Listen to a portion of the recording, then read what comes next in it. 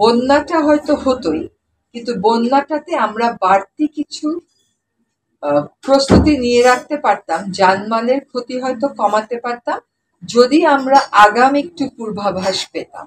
সেই আগাম পূর্বাভাস পাওয়ার ব্যাপারে আমরা গতকাল সারাদিনই পানি ভবনে ছিলাম, সেখানে দেখেছি এর আগে উজানের দেশকে আমরা অনুরোধ করেছি। 2-3 দিন আগে দেখলাম সেখান থেকেও বলা হচ্ছে যে বন্যা মোকাবেলায় বাংলাদেশের প্রস্তাব নতুন করে বিবেচনা করার সুযোগ আছে।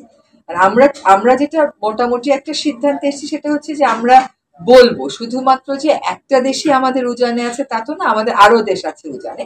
সকল উজানের দেশকে আমরা বলবো যে জলবায়ু পরিবর্তনের এই প্রেক্ষিতে আমাদের জরুরি হয়ে গেছে এই তথ্যগুলো নিয়মিতভাবে আদান প্রদান করা।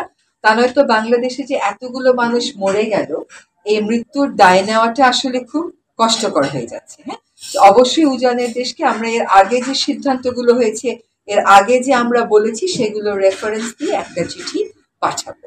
আরেকটা হচ্ছে যে আমি গতকাল একটা অনুশাসন দিয়েছি যে আমি নোয়াখালী এবং কুমিল্লা এই দুটো জায়গাতে যেতে চাই।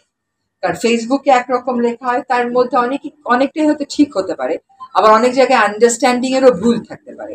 তো আমরা একটা গণশুনানি করতে চাচ্ছি যে যারা ক্ষতিগ্রস্ত তারা এসে একটু বলুক যে কোথায় বাঁধের কারণে, কোথায় মাছ চাষের কারণে, বা কোথায় তৎপরতার সঠিক সময় না হওয়ার কারণে তাদের ক্ষতি বেশি হয়েছে, বা আদৌ তাদের এরকম কোনো অভিযোগ আছে কিনা, এবং কিভাবে করে পানি উন্নয়ন বোর্ড কাজ করলে, কিভাবে করে উজানের দেশের সাথে আমরা যোগাযোগ রক্ষা করলে তারা মনে করেন বিষয়টা কার্যকরী হতে পারে।